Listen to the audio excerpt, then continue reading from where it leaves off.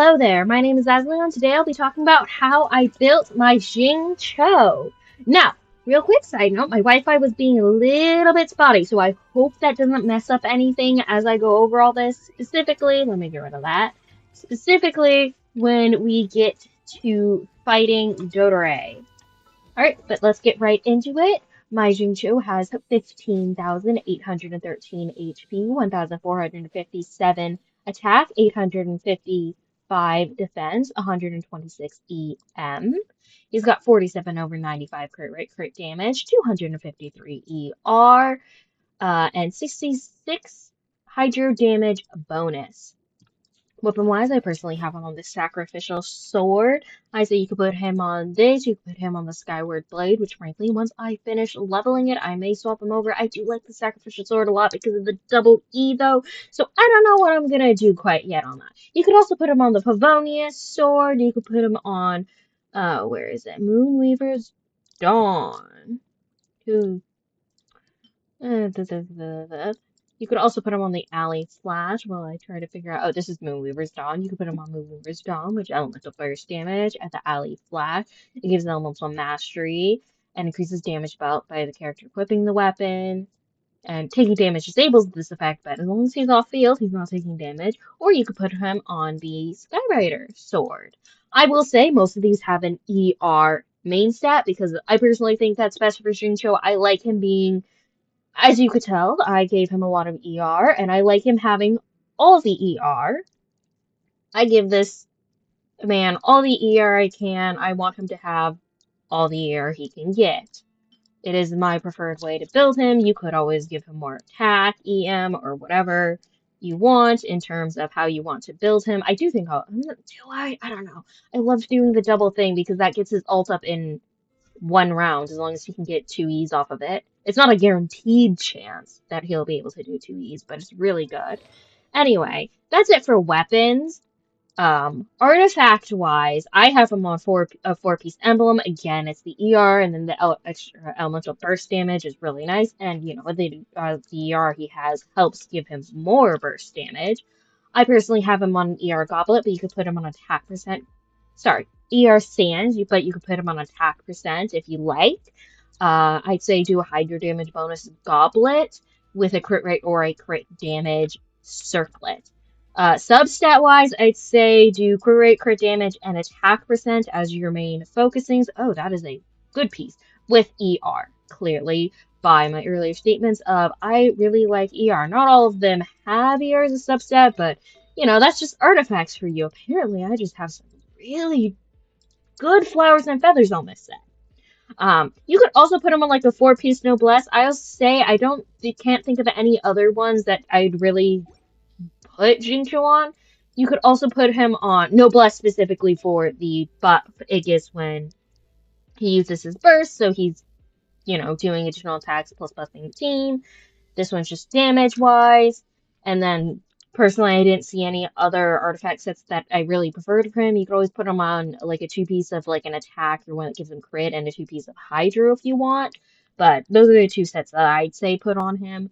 Con-wise, he's C1, increases to the number of his rain swords by 1, which I think it means he does more damage with his ult.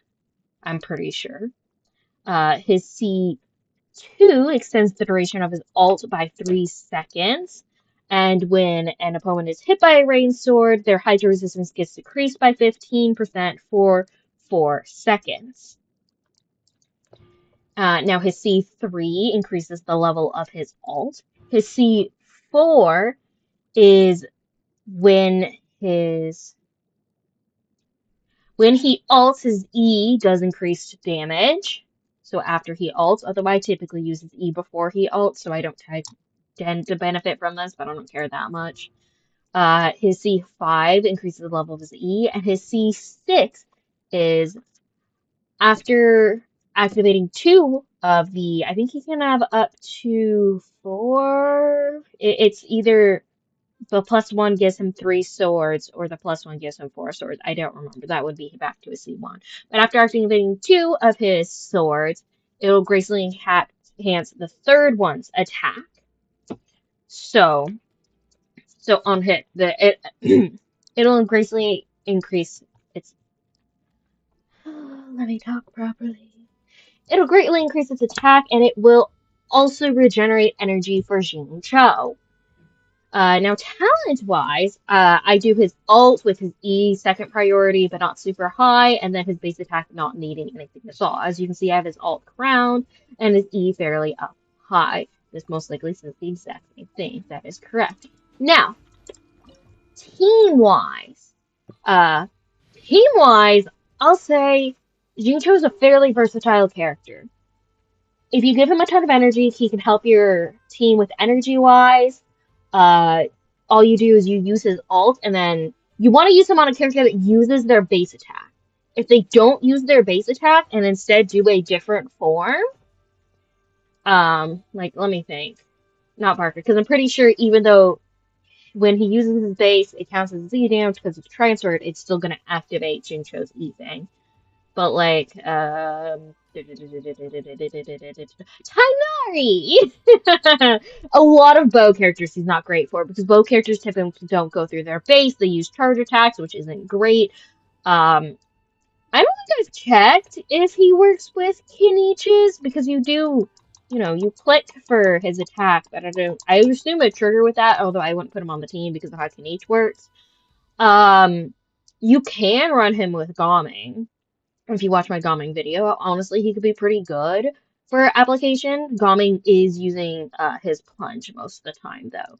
I think most of my teams he actually works well with because a lot of people do use their base. But the only requirement really is you want a Hydro character, you want good Hydro application, and he does look good damage. So you want a Hydro character and Hydro application, and they use their base attack. Those are like your two requirements. You can't throw him on Lenny's team. Lenny's using his charge attack, and he will not be triggering Xingqiu's ult because his ult is triggered off of them using their base. Wanderer can be used for this.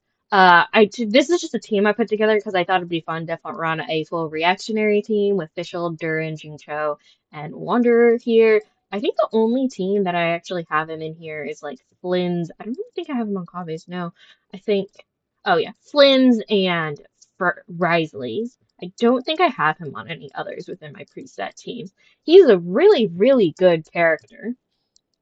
There just aren't that many teams that I actively use him on because there was a better character or they don't need Hydro. Because if they don't need Hydro, you're not really going to throw Xingqiu in. But if you're running a Vape team, most likely you're going to want to run Xingqiu in there. But team-wise, he's pretty versatile, luckily. Now let's just get right into this battle. And let's murder once again. And I haven't collected his drop this week, so I'm going to be getting those two today. Alrighty.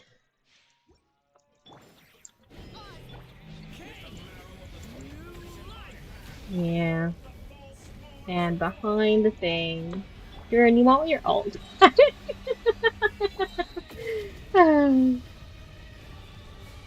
Alright, we're coming at you.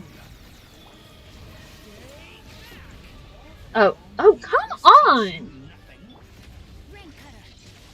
Okay, so we I assume. Oh, shoot. Huh. I don't really know how that one works.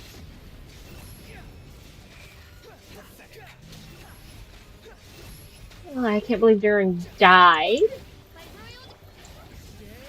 To be fair, I didn't put a sustainer on this team, but still. Oh, no, I didn't mean to go to you, Wanderer. I clicked the wrong button. Oh, goodbye. That's not right. Fischl, you were supposed to pull Oz out. Oh, come on. I hate it when they're just short on energy.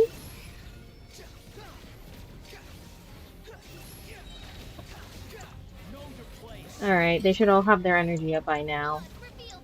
Or, like, be able to. Come on, Durin, don't... no, Durin, you were supposed to change! Oh, well, it doesn't matter too much.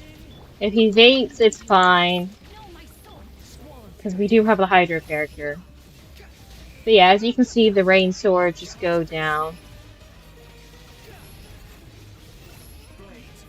Haha.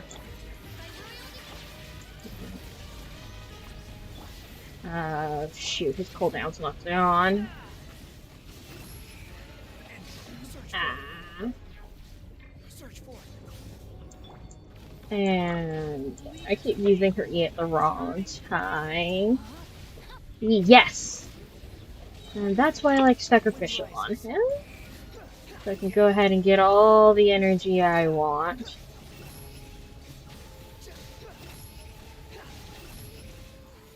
Now, if only Official's odds was out, that would be preferred. There we go.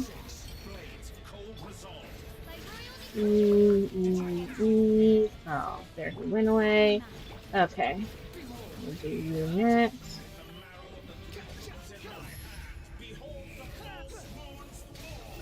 I will say, sometimes I don't like it when characters, enemies move too much.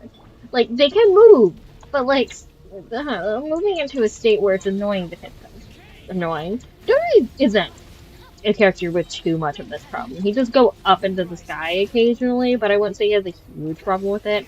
Now, there's some other enemies, which I don't think there are too many in Genshin. I was playing other games earlier where some enemies go into vulnerable states too long. That's a side tangent because I was playing other games before I came over to record this. Not gonna keep that. Anyway, that's Jincho's showcase. Like I said, he can be using plenty of teams. I used to have him on my call-based team before I got Columbina and decided that allowing Kabe to Lunar Bloom was to my benefit. You know, that's how it goes. But that's just how I built my Jincho. I really like the guy. He does a great job. He's quite versatile in many teams. And as far as I know, National is still viable. You know, him, Shangling, Bennett, and then, your DPS character. Because, I mean, yeah, no, they're very strong characters.